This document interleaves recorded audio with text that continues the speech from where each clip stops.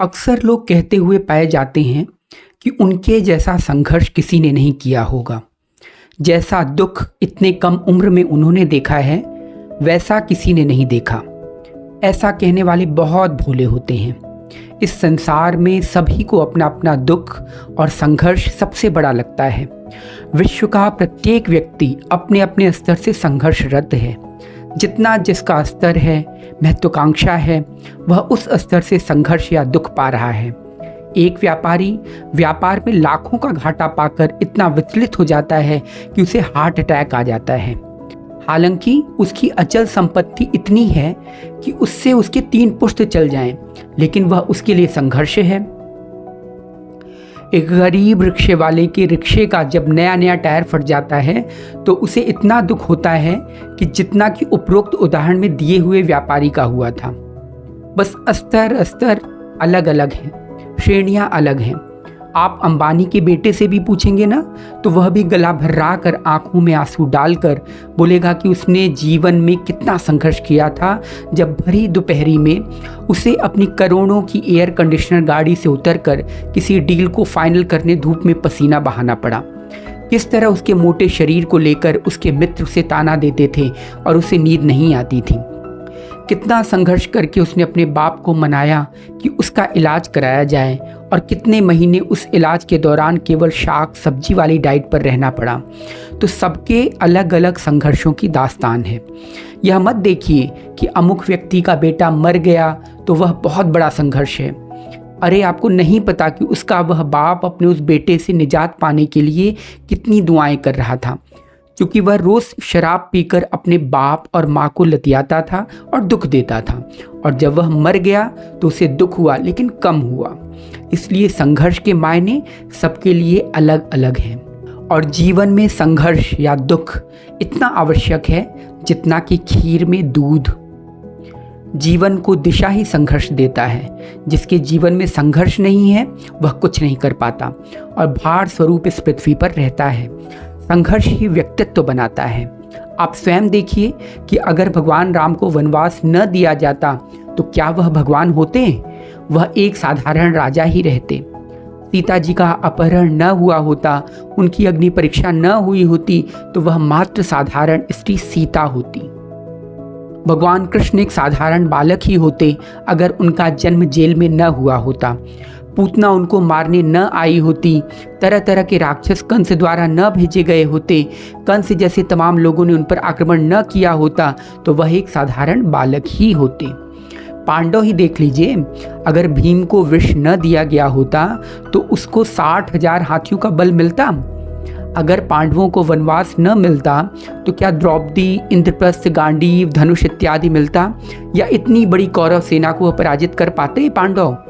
राजा हरिश्चंद्र, नल दमयंती, शकुंतला, कर्ण, ध्रुव, प्रहलाद, मीराबाई, नारद जी से लेकर वर्तमान युग के चाणक्य, पृथ्वीराज चौहान, छत्रपति शिवाजी, महाराणा प्रताप इत्यादि, क्या किसी को भी ये संसार बिना संघर्षों की जान पाता? अरे उतनी दूर की छोड़िए, आज को ही ले लीजिए।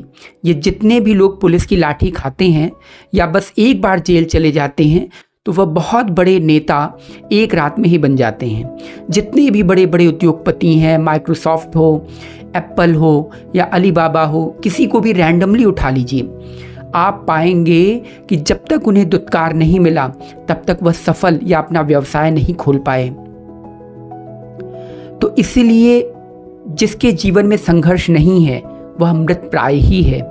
दुख ही सुख का माध्यम है, इससे घबराना नहीं चाहिए, बल्कि जब संघर्ष या घोर दुख आए तो खुश हो जाइए, बस अच्छा समय आने वाला है। यह संघर्ष या दुख बहुत बड़े सुख का सूचक होता है, लेकिन इसी संघर्ष में कई लोग कमजोर संस्कार एवं शिक्षा के अभाव के कारण इतने टूट जाते हैं कि आत्महत्या तक कर लेते हैं। कितनी लंबी रात हो फिर भी दिन तो आएगा, जल में कमल खिलेगा फिर से वह मुस्काएगा, भट्टी में तपकर सोने का रंग निखरता है, मानव तू परिवर्तन से काहे को डरता है। बस समय की प्रतीक्षा करनी है और प्रतिकूल समय में और ज़्यादा अपने आप को निखार कर बाहर लाना है। हाथ जितना झटके से और जितना पीछे जाएगा उतनी तेज़ी से गेंद ऊपर जाएगी।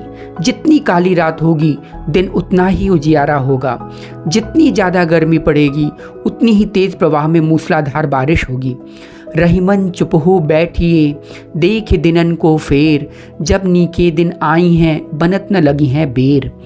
बस समय की प्रतीक्षा करनी होगी और कर्म करते रहना होगा।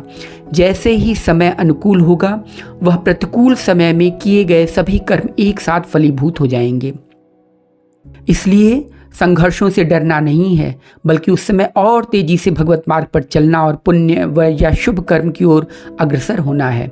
जैसे जब चढ़ाई आती है तो खूब जोर लगाकर हम पैडल मारते हैं और तब तक मारते हैं जब तक चढ़ाई खत्म ना हो जाए। जैसे ही चढ़ाई खत्म होती है और ढलान आता है, आप पैडल न भी मारिए तब भी साइकिल तेज गति से फर्राटा भरते हुए चलती है। अगर इसी में कोई हार जाता कि कौन इतनी मेहनत करके पैडल मारे, तो बस वहीं सब खत्म हो जाता और फेल हो जाता। इसलिए संघर्षों की चढ़ाई के दौरान अपने जीवन की साइकिल के कर्मों के पैडल को और मेहनत करके मारते रहिए। यकीन मानिए जब ढलान वाले अच्छे दिन आएंगे तो आपकी साइकिल सबसे स्पीड में होगी। बस थकना नहीं है। इसलिए खुश हो जाइए, नाचिए, गाइए कि आपके जीवन में दुखों ने, संघर्षों ने, प्रतिकूल समय ने प्रवेश किया है, क्योंकि यही जीवन के सुख भरे दिनों का द्योतक है। और सबसे मुख्य बात यह है कि कोई दुख या सुख नहीं होता, सब मन के द्वारा बनाया गया होता है। आप जिसमें सुख या दुख मान लें, बस सब मन का खेल है। जब आप एक ऊपर के स्तर पर पहुंच जाते हैं ना, तो बड़े से बड़ा सुख, बड़े से बड़ा दुख, बड़े से बड़ा पुण्य, बड़े से बड़ा पाप इत्यादि सबसे परे हो जाते हैं। वही सुख दुख पाप पुण्य कोई मायने नहीं रखता, लेकिन उस स्तर पर आना ही सबसे कठिन कार्य है।